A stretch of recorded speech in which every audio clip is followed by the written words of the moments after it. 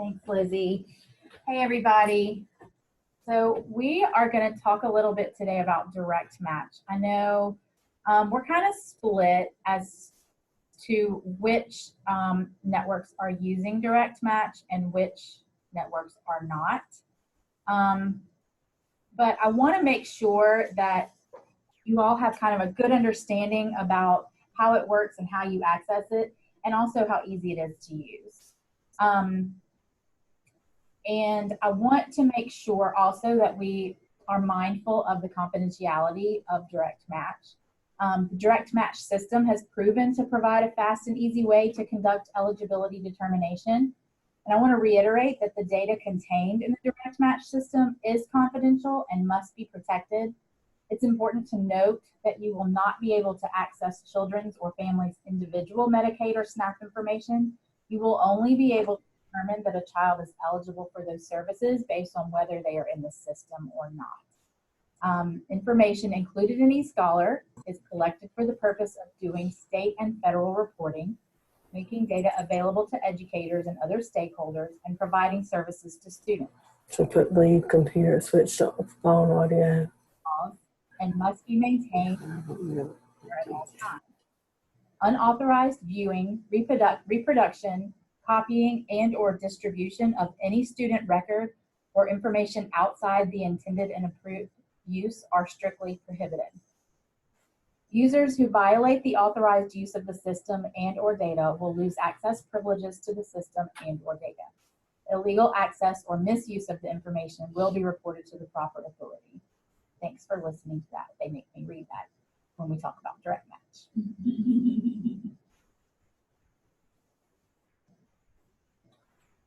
So this year, the department is requiring that all community networks gain access to direct match, which allows you an easier method for determining child eligibility. In the next few slides, we'll go through some screenshots of what you'll see when you log on.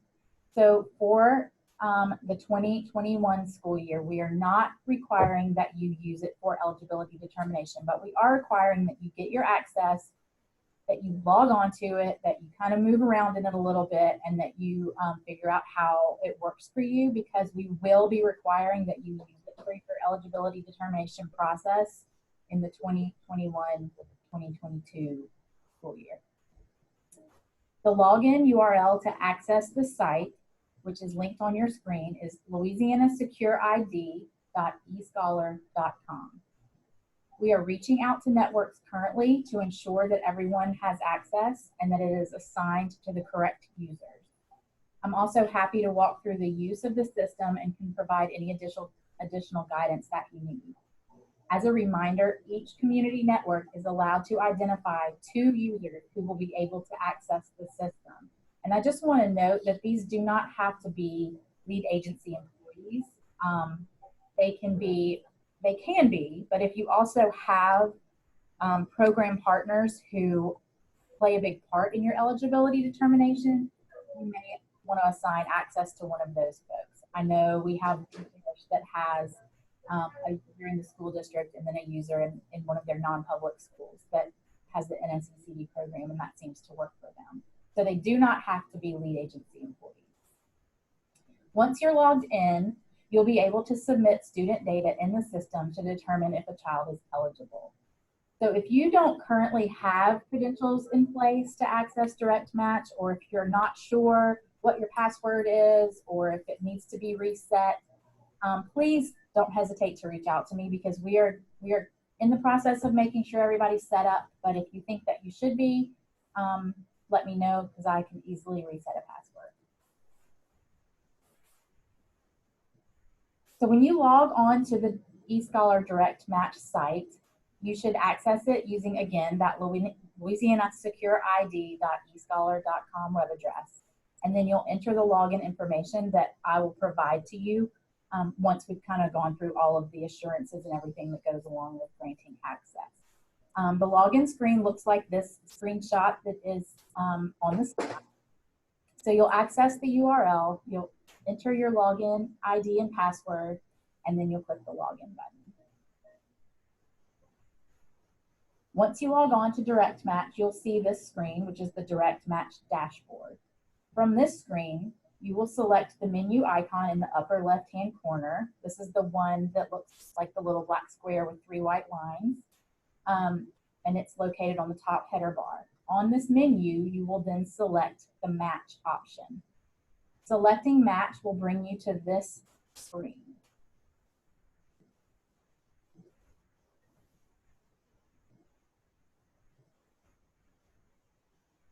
You will have 2 choices once you arrive at this screen. The first choice is the Upload File choice, which allows you to enter information on multiple students at one time through the upload of an Excel spreadsheet.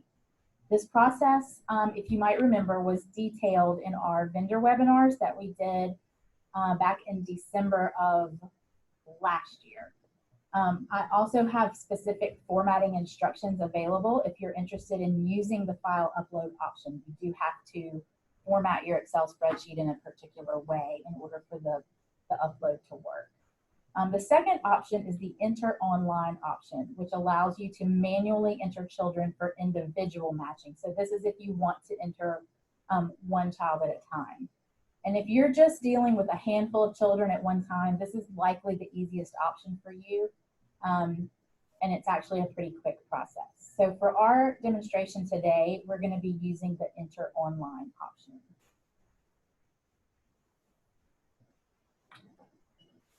So once you click Enter Online, which is, as you can see at the top of the screen there, circled in red, to match an individual child, you will first select in the Match To drop-down whether you want to match them to Early Childhood SNAP or Early Childhood Medicaid. So one of the ways that this differs from your regular eScholar is that this system is early childhood specific.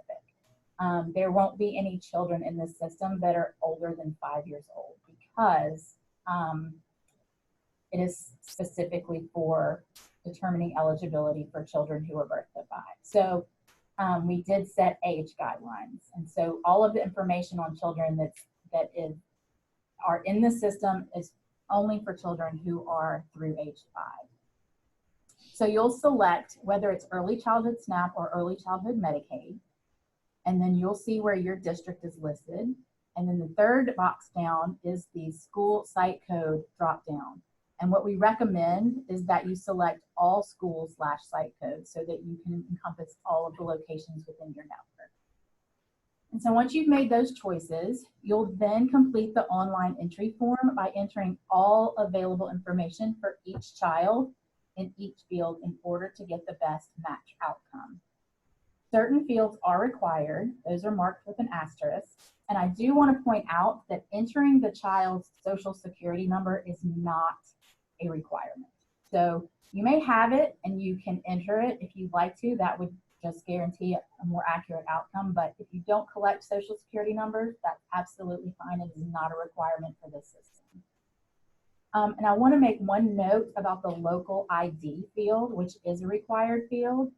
In that field, you can enter whatever number you want to put to track students. So you might start with 0001, then go to 0002, 0003, and so forth. It does not impact the match outcomes, and it will not assign a LACID for that child. So once you've entered all the information that you have, you'll click Match, which is the purple box down in the bottom corner. During the matching phase, each record is stored and a match decision is returned based on the score outcome. So there are 3 possible outcomes that you'll see. The first one is a match. This is used to identify a complete match between a child and either the SNAP or the Medicaid record. And this is when a match meets 93 to 100% of the information that you've entered. A near match identifies a match percentage of 88 to 92%, and a no match is when less than 87% of the information that you've entered matches any records in the system. So we really encourage you to only use complete matches. If you get a near match, we would like you to try to resolve that match by entering additional information. Okay, so once you've completed the matching process, you can return to the menu screen, which was the little 3 lines at the top, and it will give you 3 options. You can either return to the dashboard, it allows you to go back to the match screen, or if you select My Students, this will provide you with a complete list of all matched students as of the date they were matched. This list can actually be downloaded and saved. In addition, you can perform a search of specific children using the last name sort function, which is circled in blue on your screen. This will allow you to search children by last name and select the child you are looking for from that list. You can also pull the record of one particular child by conducting the same search using the steps on the slide, but you will also group them by local ID, which is the number that you assign to them. And this will pull up only the record for that child. And once you have just that child reported on that screen, you can actually do a print screen of that record and save that for that child. That's one way to keep track of it if you want to keep the documentation in those files. It will include all the information, including the match date, which you would need for any audit purposes. Once you locate and select the child from the list, it will provide you with a 1 student batch file, which includes the date that child was matched, that you can print for record keeping and monitoring. You're able to download this file into a text file that you can print or save as needed. And we have additional step-by-step guidance in a 1-pager that I am happy to provide to anybody that needs it. So please don't hesitate to reach out if you would like me to send this guidance to you, because that is basically it for this system. That is how easy it is. Once you completed the match, printed out the paper, the report, you're done. So if you have any additional questions, I'm happy to answer them, but I want to take just a minute first. Michelle Jubert, are you on? Are you here? Let me see if Michelle is here. Yes, ma'am. I'm on, Miss Lindsay.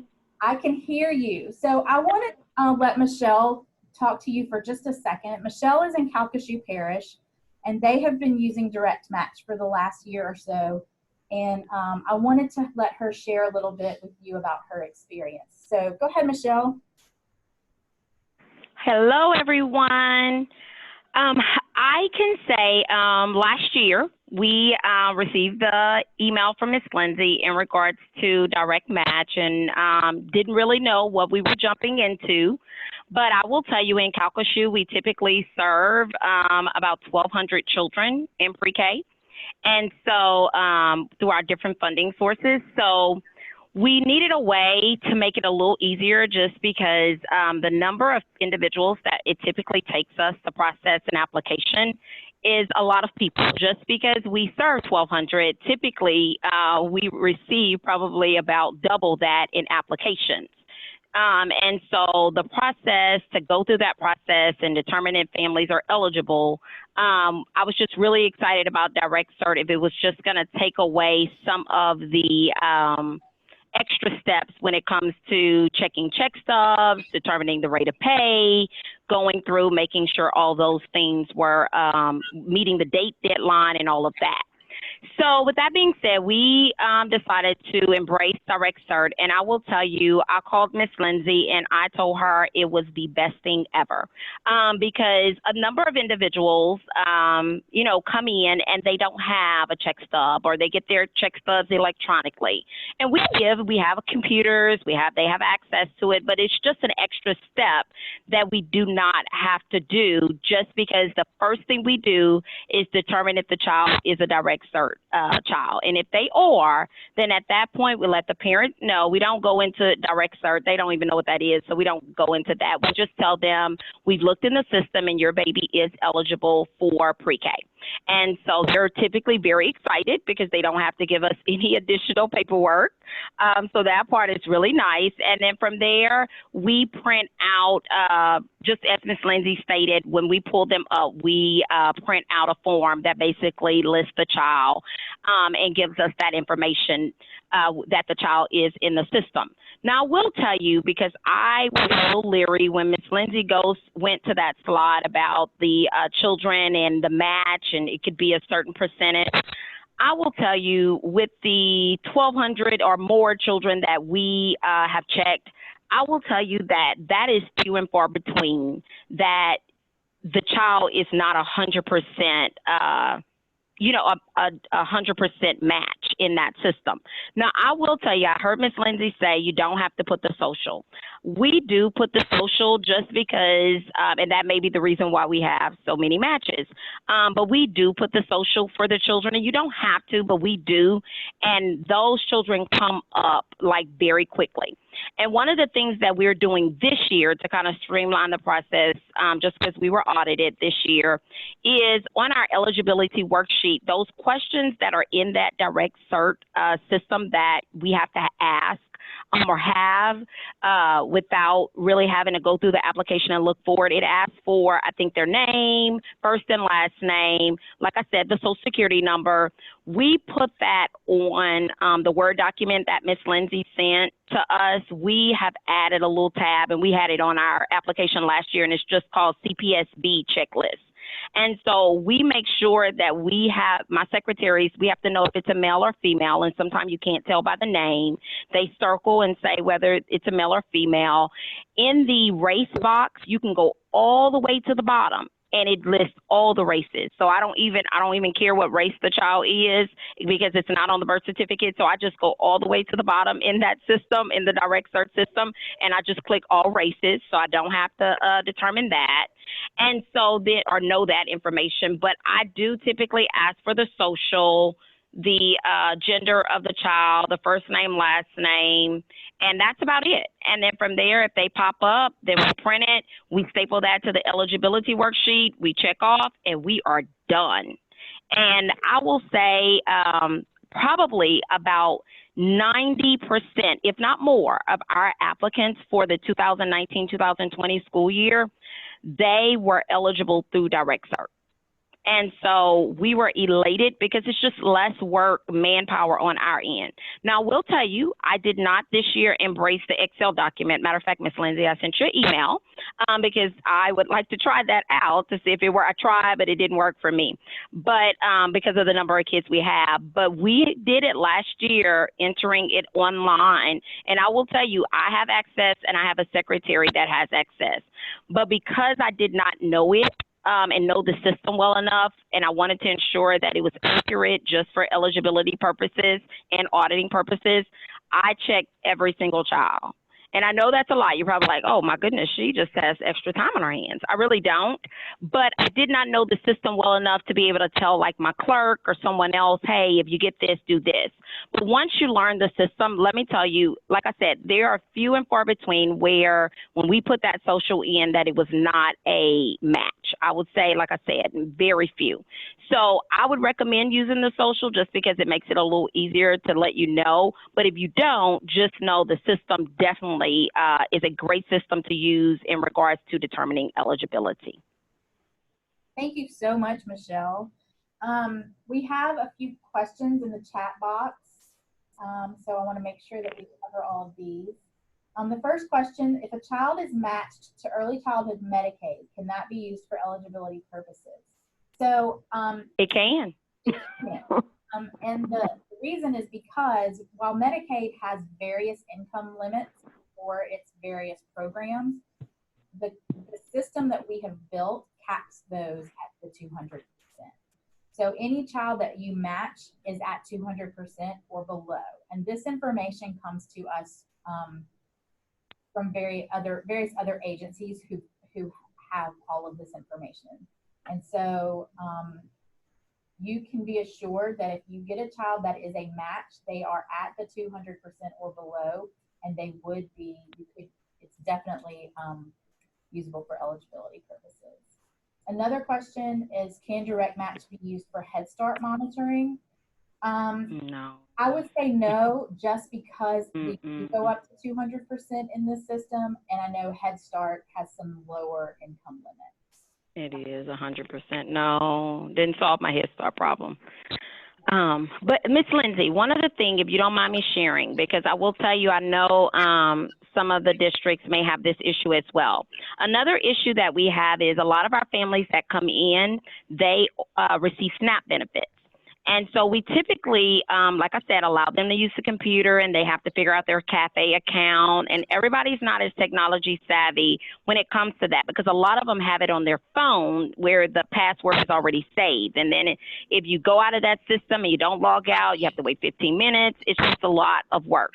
But I will tell you, when you do the SNAP eligibility to determine eligibility, those students also populate that way. And so if a family tells us they receive SNAP, it just saves us time, because sometimes if they don't know their cafe account, they don't have to go figure it out. I can go click SNAP and I know it's a SNAP student.